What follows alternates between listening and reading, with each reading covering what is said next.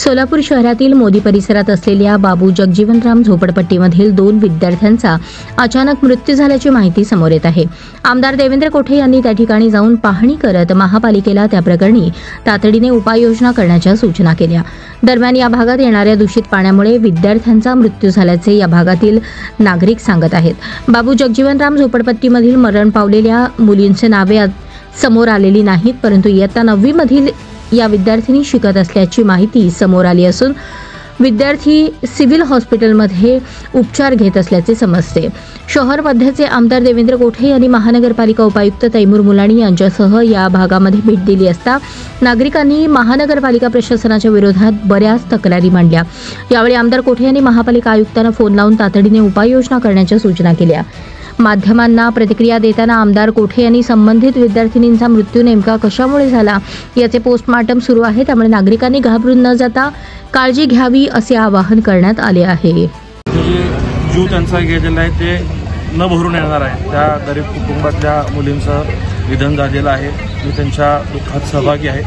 आज आम्ही सकाळी आमचे नगरसेवक कंपनी साहेबांकडून निरोप आल्यानंतरनं महापालिका प्रशासनाला कळवलं।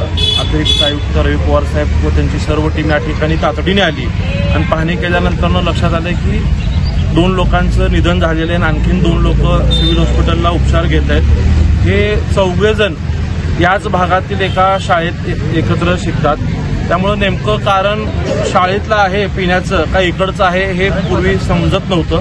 पण आम्ही इथं आत्ता आलोय, प्रत्यक्ष पाहणी केलं। इथल्या नागरिकांचं सगळ्यांचं मत आहे की ही जे लोक राहतात त्या सगळ्या गल्लीला अनेक महिन्या किंवा एखाद्या वर्षभरापासून काही कालावधीसाठी घाण पाणी येतं।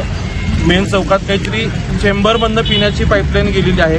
त्या चेंबरमध्ये ज्यावेळेस गाळ असतो त्यावेळेस त्यांना घाण पाणी येतं आणि ते चेंबर साफ केल्यानंतरनं इतर काळी त्यांना पाणी स्वच्छ येतं आणि आत्ता मागच्या 8-10 दिवसात घाण पाणी आलेलं आहे आणि ते पाणी पिल्यामुळं झालं आहे असं त्या कुटुंबाचं मत आहे। परंतु आत्ता जी मुलीला इकडं तिचं शव आणलेलं आहे तिचं पोस्टमॉर्टम झालेलं नाही आहे। त्यामुळे आम्ही त्या कुटुंबाला विनंती केली की जर तिचं पोस्टमॉर्टम झालं तर योग्य निदान आपल्याला कारण समजेल आणि त्या अनुषंगाने आपण इतरांचे प्राण वाचवण्यासाठी आपल्याला ती मदत होईल। महापालिका आयुक्त आणि महापालिका प्रशासनाला आम्ही तशा सूचना केल्यात की महापालिकेची पूर्ण मेडिकल टीम येऊन फक्त या कुटुंबासोबत नाही तर ह्या सगळ्या झोपडपट्टी भागातल्या सगळ्यांची तपासणी होईल। नागरिकांनाही विनंती केली जर कोणाला उलटी जुलाब ताप वगैरे असेल तर त्यांनी अंगावर न काढता त्यांनी समोर येऊन सांगून त्यांच्या कॅमेरा उपचार करून घेतलं पाहिजेत। त्या अनुषंगाने आम्ही आता सूचना केलेल्या आहेत आणि एका मुलीचं पोस्टमॉर्टम आता सध्या चालू आहे। त्याचाही रिपोर्ट आल्यानंतर आपल्याला कळेल। आता काहींचं म्हणणं आहे की पांढऱ्या पेशी कमी झाल्या होत्या, आता हे कशामुळे झाल्या होत्या हे निदान झाल्यानंतरच आपल्याला कळेल।